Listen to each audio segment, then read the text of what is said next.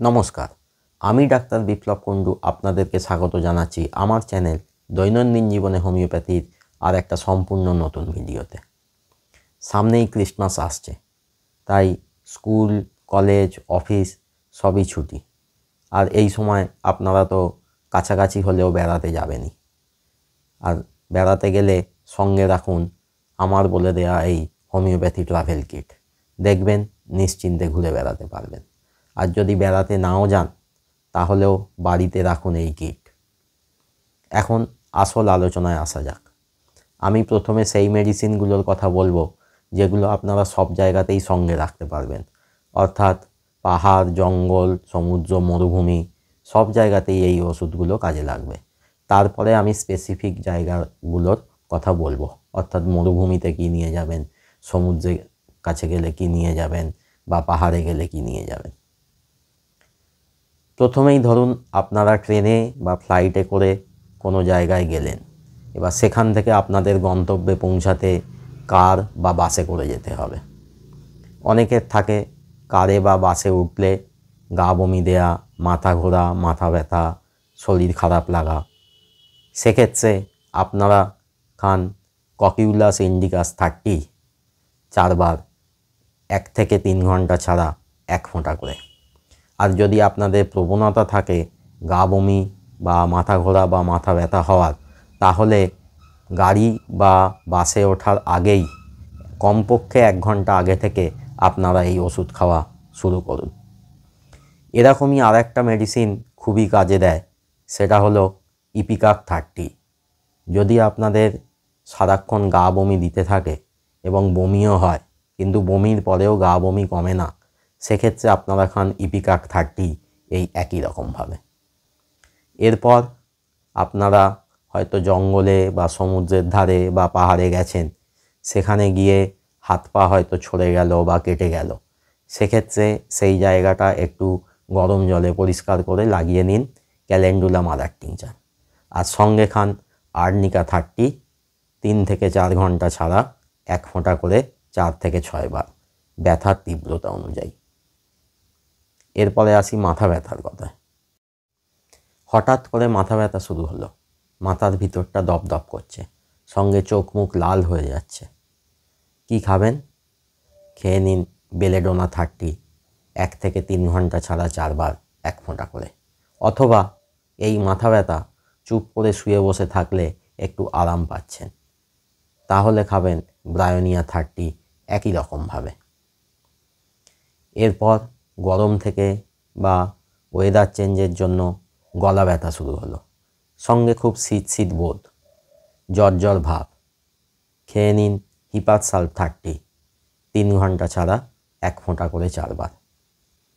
কিংবা এই গলা ব্যথা শুধুমাত্র ঢোক গিললেই বোঝা যাচ্ছে আর শুয়ে বসে থাকলে একটু আরাম পাচ্ছেন, তাহলে খান ব্রায়োনিয়া 30 একই রকমভাবে। ঠান্ডা গরমের জন্য হাঁচি, নাক দিয়ে জল ঝরা, শুধুমাত্র এই দুটি সিমটমস হলো, সেক্ষেত্রে খান আর্সেনিক অ্যালবাম 30 3 ঘন্টা ছাড়া 4 বার। এরপরে আসি পেটের সমস্যার কথা। বাইরের খাবার খেয়ে বদহজম হলো, পেটটা ভার হয়ে রইল, কনস্টিপেশন বা ডায়রিয়া দুটোই হতে পারে। সেক্ষেত্রে গা বমি ভাব রইল বা একবার দুবার বমি হলো, এবং সব কষ্টগুলোই বমি হওয়া বা পায়খানা হওয়ার পরে একটু কমলো, সেক্ষেত্রে খান নাক্সফোম 30 3 থেকে 4 ঘন্টা ছাড়া 4 বার, 1 ফোঁটা করে। বেড়াতে গিয়ে শুধুমাত্র একটু একটু করে পাতলা পায়খানা হচ্ছে, সঙ্গে বমি হচ্ছে আর পেট ব্যথা আছে, সেক্ষেত্রে খান একমাত্র অব্যর্থ ওষুধ আর্সেনিক অ্যালবাম 30 3 ঘন্টা ছাড়া 4 বার, 1 ফোঁটা করে। বদহজম হয়ে পেট ফেঁপে আছে, পেটটা ভার হয়ে রয়েছে, বড় বড় ঢেঁকুর উঠছে, সঙ্গে খুব খুব দুর্গন্ধযুক্ত পায়খানা হচ্ছে, সেক্ষেত্রে খান কার্বোভেজ 30 3 ঘন্টা ছাড়া 4 বার, 1 ফোঁটা করে। দেখবেন অনেক ভালো হয়ে যাবেন। শুধুমাত্র পেট ব্যথা হচ্ছে, তাহলে খান ম্যাকফস 30। ম্যাকফস 30 কখন খাবেন? যদি দেখা যায় পেট ব্যথাটা গরম সেঁক দিলে এবং পেটে চাপ দিলে আরাম হচ্ছে, তখন ম্যাকফস 30। এক্ষেত্রে খাবেন ম্যাকফস 30 3 ঘন্টা ছাড়া 4 বার 1 ফোঁটা করে। আর যদি শুধুমাত্র পেটে চাপ দিলে আরাম পান তাহলে খান কোলোসিন 30। এক্ষেত্রেও একই রকমভাবে খাবেন।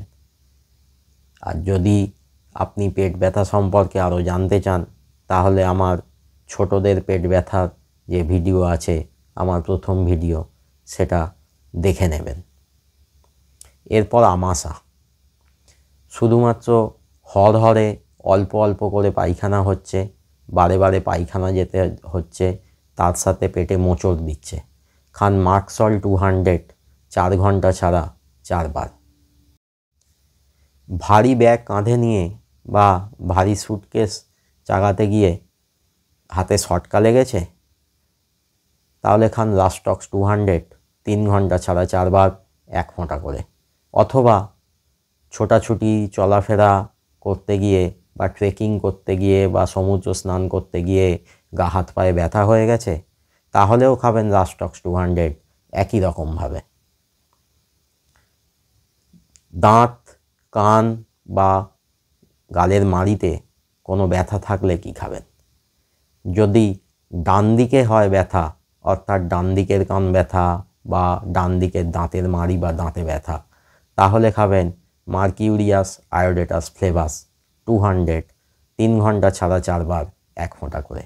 আর যদি হয় বাম দিকে, তাহলে খাবেন মার্কিউরিয়াস আয়োডেটাস রুবার 3 ঘন্টা ছাড়া 4 বার 1 ফোঁটা করে।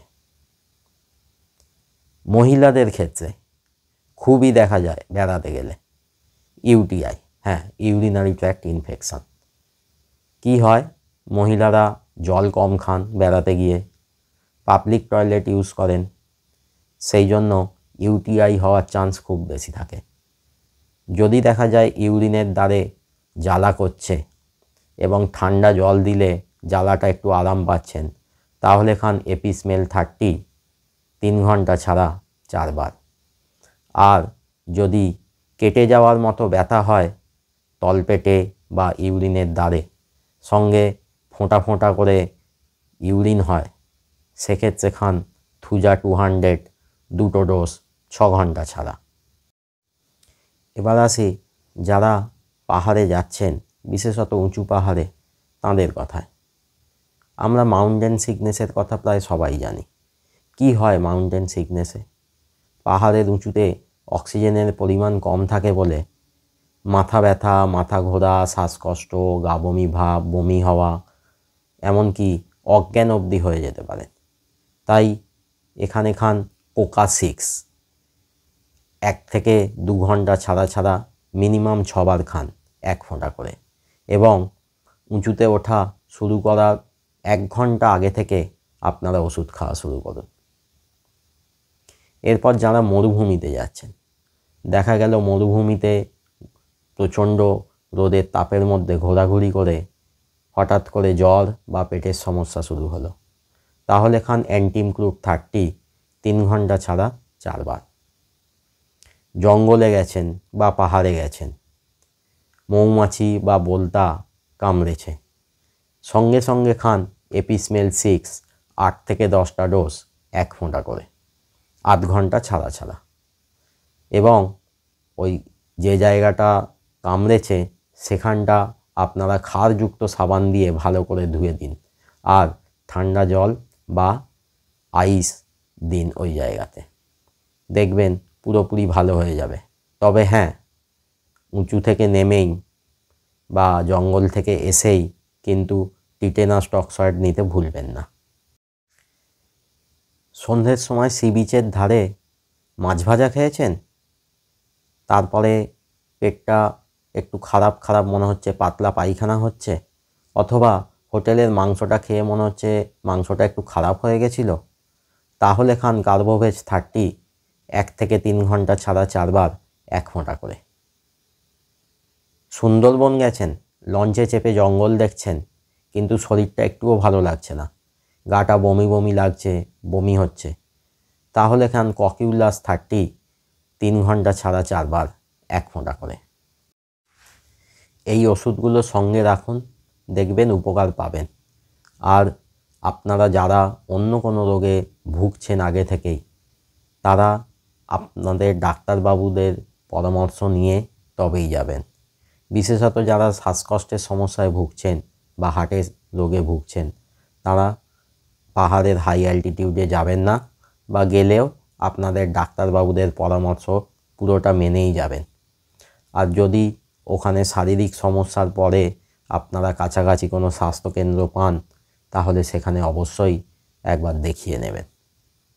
এছাড়া আরও অনেক মেডিসিন আছে যেগুলোর কথা বলা যায়, কিন্তু যেগুলো নিতান্তই প্রয়োজনীয় সেগুলোর কথাই বললাম। এগুলো আপনারা বাড়িতেও রাখতে পারেন, দেখবেন উপকারী হবে। আজকে ভিডিও এখানেই শেষ করছি। যদি ভিডিওটা ভালো লাগে তাহলে লাইক, কমেন্ট এবং শেয়ার করবেন। আর চ্যানেলটা অবশ্যই সাবস্ক্রাইব করবেন। আর সাবস্ক্রাইব করার সময় পাশের বেল আইকনটা প্রেস করবেন। দেখবেন নতুন ভিডিও এলে আপনারা নোটিফিকেশান পেয়ে যাবেন। ভালো থাকবেন, হোমিওপ্যাথির মাধ্যমে সুস্থ থাকবেন।